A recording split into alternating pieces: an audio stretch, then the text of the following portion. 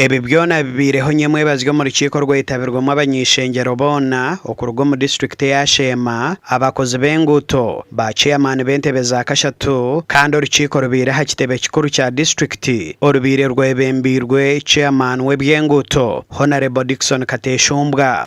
You tell me we have spent 579 million already. What do we tell the people? That 500 almost 600 million has already been spent, but there is no single road completed. Nabwa nyuma abanyishengero babitiremwe nkito batyo baza kurambura nkutezi aho bagenzere no rukoba bakapuma batyo nukwe kugira ngo tubararwigure ngo ahabwa kubengutezi kozerwe zona tezera ha mutindo ati chikorwe commissioning ngaha connectivity tarho abantu bakutwara serious, so that's why we must work is nika 3 kilometers about 3 kilometers. I have been passing there.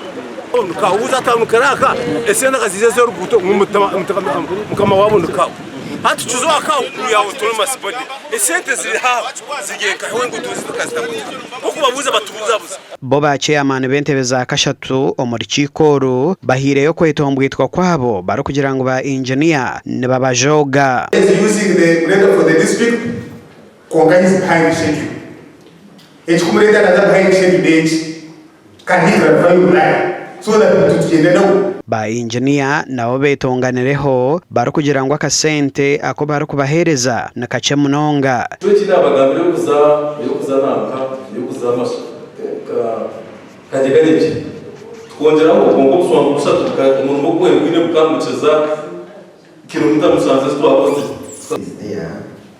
The money, the fuel is reposted on petrol stations, and the allowance is advanced to the project managers. You are the project manager.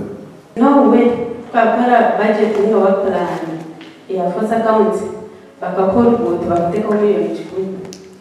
Ati bana nakubia ati nyoma hapa miliyoni 10 barugo tonindoranta nani miliyoni 10 bazi tukorana konka bimefanya waza kwa plan miliyoni 5 gasha kwa Mike atwachire kwa